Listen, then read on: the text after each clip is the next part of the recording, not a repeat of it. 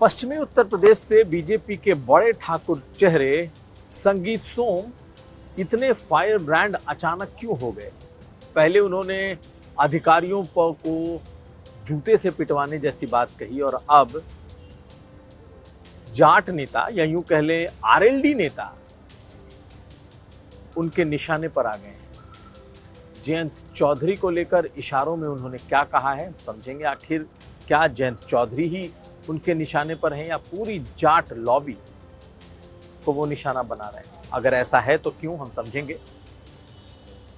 यह भी जानिए कि मोईद खान को लेकर सरकार ने क्या कहा है।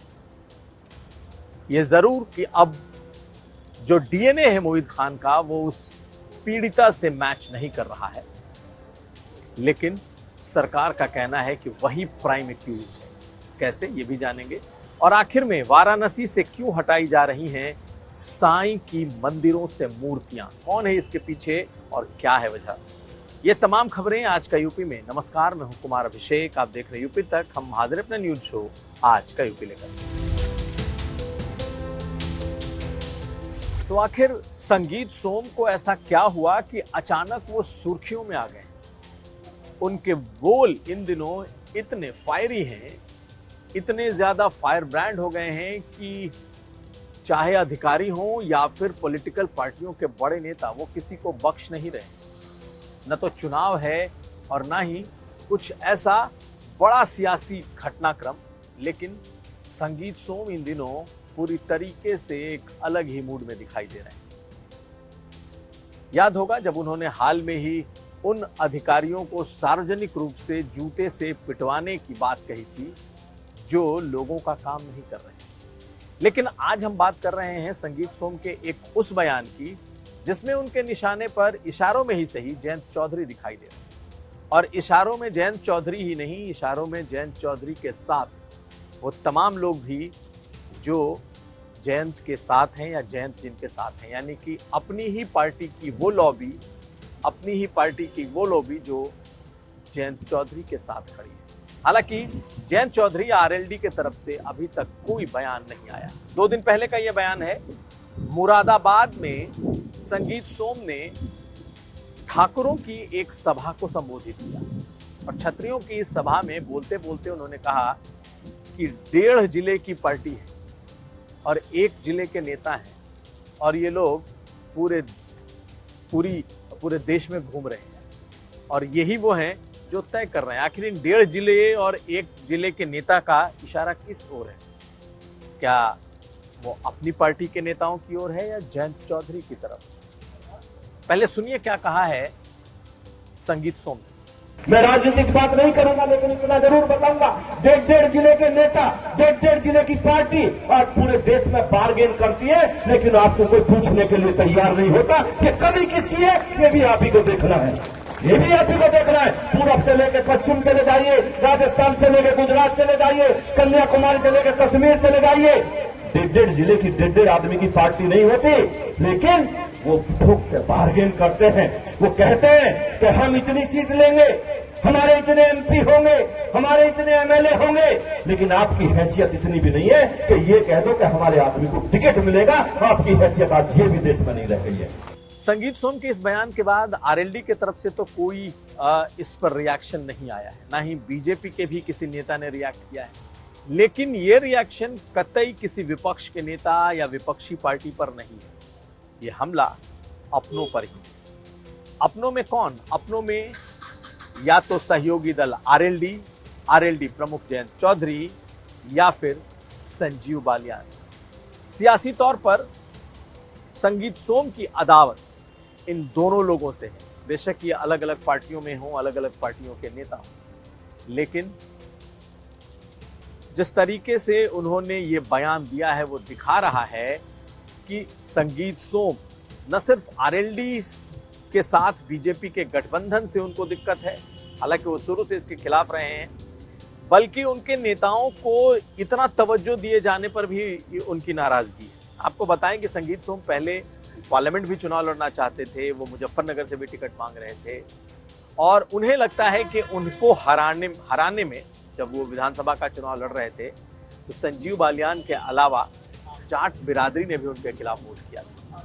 इसलिए इस वक्त जो उनके रिएक्शन है वो इस तरीके से दिख रहे हैं कि वो फिलहाल चाहे जयंत हो या फिर संजीव बालियान, वो दोनों के ही खिलाफ हैं। अब देखना यह है कि आखिर उनके इस बयान का मतलब क्या है। दरअसल संजीव बालियान को लगता है, संगीत सोम को लगता है कि पश्चिमी उत्तर प्रदेश में उनका दबदबा कम करने, उन्हें हराने या फिर उन्हें पीछे रखने के पीछे एक बड़ी लॉबी काम कर रही है।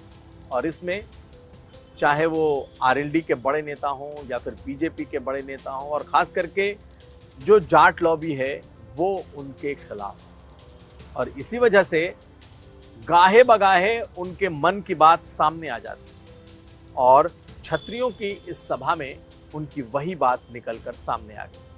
लेकिन ना तो संजीव बालियान की तरफ से और ना ही जयंत चौधरी की तरफ से इसका कोई उल्टा, इस पर कोई प्रतिक्रिया आई है। खैर, अब देखना है कि आखिर उनके इन बयानों के पीछे का मतलब क्या है, दर्द क्या। अगर देखें तो एकमात्र मीरापुर का बाई इलेक्शन उस इलाके में होना है। वैसे तो गाजियाबाद, मीरापुर, आरएलडी मीरापुर की सीट रही है। और इस वक्त अगर ये देखा जाए और ये माना जाए कि क्या उपचुनाव को लेकर कहीं ये कोई एक तरीके की घेरेबंदी तो नहीं चल रही, तो ये माना जा सकता है कि उपचुनाव के पहले एक बार फिर संगीत सोम अपना तेवर दिखा रहे हैं। क्योंकि संगीत सोम भाजपा में हैं, भाजपा के बड़े चेहरे हैं, ठाकुर चेहरे हैं, लेकिन चुनाव हारने के बाद से फिलहाल वो पार्टी में अकेले पड़ते दिख रहे हैं। ऐसे में उनका ये बयान उन्हें सुर्खियों में तो जरूर रखेगा, लेकिन शायद बीजेपी को इस तरीके के बयान पसंद ना आए। देखना है कि क्या होता है। लेकिन पश्चिमी उत्तर प्रदेश में जिस तरीके से 2024 के लोकसभा चुनाव के पहले ठाकुरों और छत्रियों की सभाओं ने सरकार के खिलाफ माहौल बनाया, ऐसा लग रहा है कि क्या एक बार फिर उपचुनाव में भी कुछ इस तरीके के माहौल की ओर इशारा हो रहा है। खैर, इस पर हमारी नजर बनी रहेगी। अब अगली खबर। और अब बात मोईद खान की। जी हाँ, मोईद खान, यूं तो इस नाम को शायद ही अयोध्या के बाहर कोई जानता हो और सियासी सर्किल के बाहर अयोध्या में भी ज़्यादा लोग नहीं जानते थे। लेकिन जब से अयोध्या में अवधेश प्रसाद जीते और अवधेश प्रसाद के इस बेहद करीबी सहयोगी पर नाबालिग एक ओबीसी लड़की के साथ गैंगरेप का आरोप लगा और जब ये मामला बड़ा हो गया, उसके बाद से मोईद खान की चर्चा सब हो रही। बीजेपी को एक बड़ा मुद्दा मिला। सरकार ने बकायदा मोईद खान के घर पर बुलडोजर भी चलवाया, क्योंकि उनका घर सरकारी जमीन पर बना था। मोईद खान जेल में है क्योंकि मोईद खान गैंगरेप का आरोपी है। उस पीड़िता ने अपने 161 के मजिस्ट्रेट के सामने दिए बयान में मोईद खान को गैंगरेप का आरोपी कहा है कि उन्होंने गैंगरेप किया। लेकिन एक बड़ी घटना यह हुई कि जो डीएनए की मांग लगातार अखिलेश यादव या फिर उनकी पार्टी और मोईद खान के परिवार के लोग कर रहे थे, दरअसल वो डीएनए की रिपोर्ट आ गई और सरकार के अपर महाधिवक्ता विनोद शाही ने बकायदा हाईकोर्ट में उस रिपोर्ट को रखा। जब इस पर बहस हो रही थी तो पहली बार ये खुलासा हो गया कि मोईद खान का डीएनए मैच नहीं कर रहा। यानी कि मोईद खान इस मामले के मुख्य आरोपी तो हैं, लेकिन उनका डीएनए मैच नहीं किया। परिवार और सपा यही कह रही है कि उन्हें फंसाया गया और डीएनए मैच नहीं करना उनके मुताबिक ये दिखा रहा है कि बीजेपी ने उन्हें फंसाया। लेकिन आप सुनिए अपर महाधिवक्ता विनोद शाही को, जिनका कहना है कि गैंगरेप में किसी एक ही आरोपी का डीएनए मैच कर सकता है, वो भी तब जब लड़की गर्भवती हो गई। ऐसी स्थिति में उसके नौकर राजू खान से वो डीएनए मैच किया। मोईद खान से उस पीड़िता का डीएनए नहीं मैच किया, लेकिन इसका मतलब ये नहीं कि वो आरोपी नहीं हैं या उन पर कोई केस हल्का हो जाएगा। आप सुनिए किस तरीके से इस मामले को समझाया है अपर महाधिवक्ता ने। यानी कि मुश्किलें कम नहीं होंगी मोईद खान की और वही मुख्य आरोपी बना भी रहेगा। सुनिए कैसे क्या कह रहे हैं अपर महाधिवक्ता विनोद शाही। जो पीड़िता है उसने आरोप ये लगाया है कि मोहित खान ने अपने ड्राइवर को भेज के इसको खेत से बुलवाया काम देने के बहाने, और उसके बाद उसके साथ मोहित खान उसके ड्राइवर दोनों ने गैंग रेप किया। और जब इसके साथ मोहित खान का रेप हो रहा था उस समय मोहित खान के मोबाइल से उसकी वीडियो रिकॉर्डिंग हुई। उस वीडियो रिकॉर्डिंग के बेसिस पे उसको ब्लैकमेल किया गया और ब्लैकमेल करने के साथ साथ कई बार उसके साथ रेप हुआ।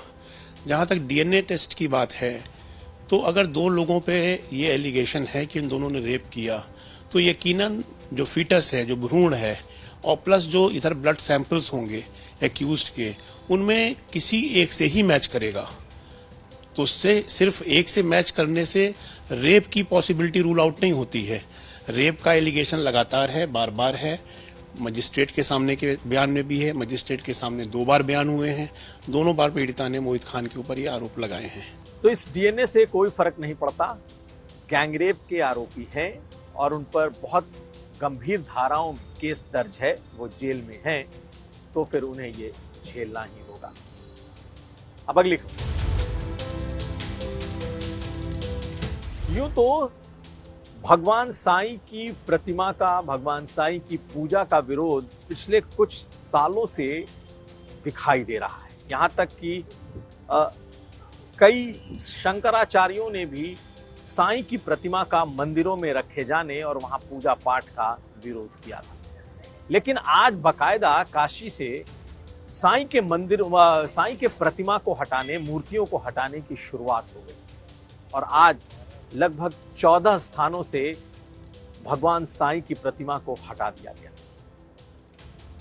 वाराणसी के 14 ऐसे मंदिरों से साईं की प्रतिमा हटाई गई है जहां पर उनकी पूजा पाठ नियमित चल रही है। और केंद्रीय ब्राह्मण सभा ने बकायदा एक पूरा कैंपेन शुरू किया था, जिसके बाद ये कहते हुए कि सनातन मंदिर में ऐसे लोगों की पूजा नहीं की जा सकती जो कभी सशरीर रहे, यानी कि अवतारों की पूजा, जिन्हें जो कोई इंसान की के शक्ल में अगर कोई आया हो, बेशक वो महापुरुष महात्मा हो गया हो, तो उनको भगवान के साथ नहीं रखा जा सकता।